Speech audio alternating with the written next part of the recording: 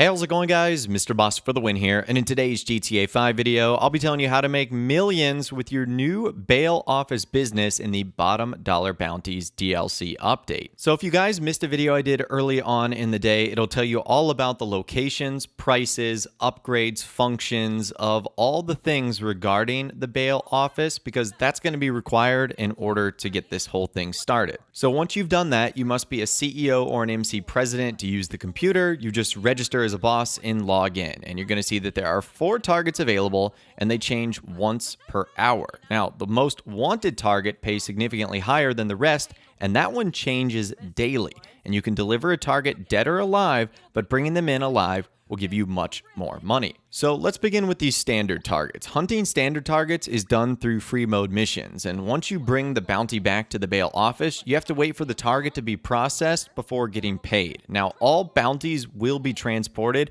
in the bail office transporter van. However, you do not have to bring the van with you. And when you secure the bounty or pick up the body, a cutscene will activate in which you place the target in the van, and you will spawn in driving the van regardless of where it was on the map previously. Now, there's no way to get around moving the van any quicker. You cannot lift it with a cargo bob, and so far it seems that each target has one mission that does not change, but the location can change each time you play it. Now for the most wanted targets. So the most wanted targets are caught via contact missions, and each one is going to have their own mission. And so far, we only have the Grace Whitney one. And so essentially what happens is this mission sees you going to the morgue to investigate a body that is supposedly Whitney's. And once you go to the morgue, take out the guards, enter the building and check the body, you find out it's not her, so you have to leave empty-handed. So what you do next is make your way to Whitney's gallery, take out all of the security guards, and essentially from there you have to engage Whitney and her staff. Now, there's also a painting that you can steal.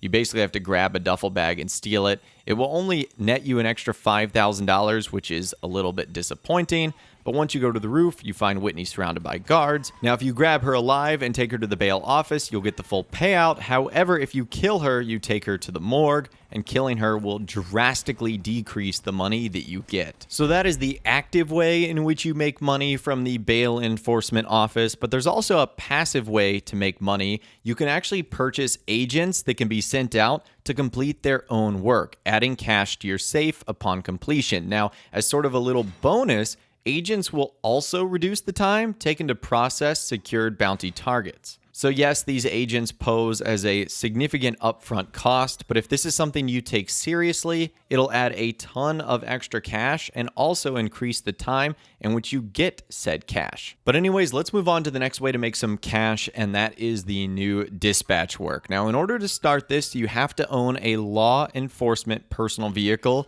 which means you have to have worked with Vincent directly in the past, or wait until Vincent contacts you. These are pretty straightforward and self-explanatory. You get $25,000 per each successful dispatch work, and there's a 5-minute cooldown between each one. So this is something that can be done in between your bounties when you're ultimately waiting for them to process. The only thing that's disappointing about the dispatch work is, number one, you have to complete the prior missions with Vincent. So if you haven't done that or you skipped out on it, there's going to be a little bit of a time delay. And also, they sort of put this thing behind a paywall because you're forced to buy the new police vehicles. You can't just grab a police car off the street or even a Pegasus vehicle like a police riot. It will not work. It has to be one of the brand new police interceptors for you to start this dispatch work. Now, another way in which you can make some serious cash in this update is returning to some existing content, because the base money payout rates for some of the most popular missions in the game have been increased. This includes a Super Yacht Life, Lamar's Lowriders, Operation Paper Trail, Casino Story missions, Gerald's Last Play, Madrazzo's Dispatch Services, Premium Deluxe Repo work, Project Overthrow, open wheel races, and taxi work. Again, all of those payouts have been increased. And there's also several businesses that have had their sell mission timers increased by 50% when launched solo, which should make it easier to complete them as a lone wolf, making more money. That includes all biker businesses and bunker businesses. Now, if you're looking for a little bit of extra cash, purchasing the Bail Enforcement Office also comes with new awards as well as career progress challenges if you're on the new consoles, PlayStation 5 and Xbox Series X and S. So if you go ahead and check those out in the online menu, you can see that basically just by doing the things you're probably doing in the Bail Enforcement Office, you'll earn these extra awards. It's an extra $25,000 here and there. That will start to add up over time. And last but not least, I'm going to talk about this in a video a little bit later on with some of the changes that were made in this update. But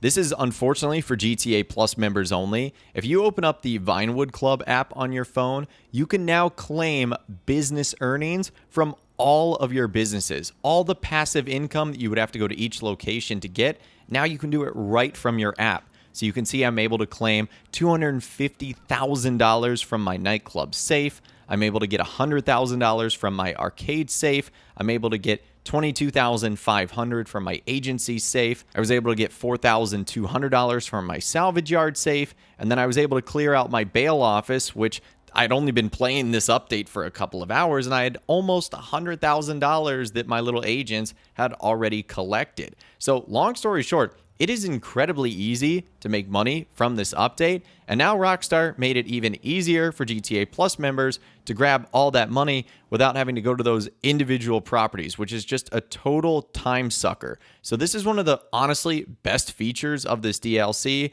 It is just sort of a shame that it is locked behind GTA Plus. And just to clear things up to avoid any confusion, when the bounties reset every hour and every day, that is in real life, not in GTA Online hours where a day is 48 minutes. Meaning that the most wanted target, which is going to be the most, around 130,000, you can only do once per day. But the other standard targets, which are around $35,000 to $40,000, you can get 3 of them every single hour. So pretty much at a minimum, if you do the standard ones and the most wanted ones, you'll get about $250,000 every single day. Easy money. So overall, I think this is a pretty easy way to make money in GTA Online. I would essentially just check back in every single day. I would take out the most wanted target. If you've got some time in between, do the dispatch work, end up doing the standard targets. If you're a GTA Plus member, utilize that new app and get that passive money that's probably just been sitting there. Take advantage of some older opportunities that have a cash boost now. I think it's a pretty easy way in which you can make millions pretty fast and fairly easily. But anyways, I'd love to hear from you guys in those comments down below. What has your success been using the new Bail Enforcement Office in GTA Online? Are you having good luck? No success so far? Somewhere in between? Let me know what you're thinking in those comments down below. I'd love to hear from you guys down there. If you guys did go to enjoy this video though, a like rating would of course be awesome. And be sure to subscribe to my YouTube channel if you are new. You want to stay up to date on all the GTA videos that I'll be doing here on my channel. And be sure to ring that notification bell as well. Sometimes YouTube just doesn't work, and if you ring that bell, you'll always be guaranteed to be notified when new videos arrive. But of course, as always guys, thank you all so much for watching. Take care, and I'll see you guys in the next video.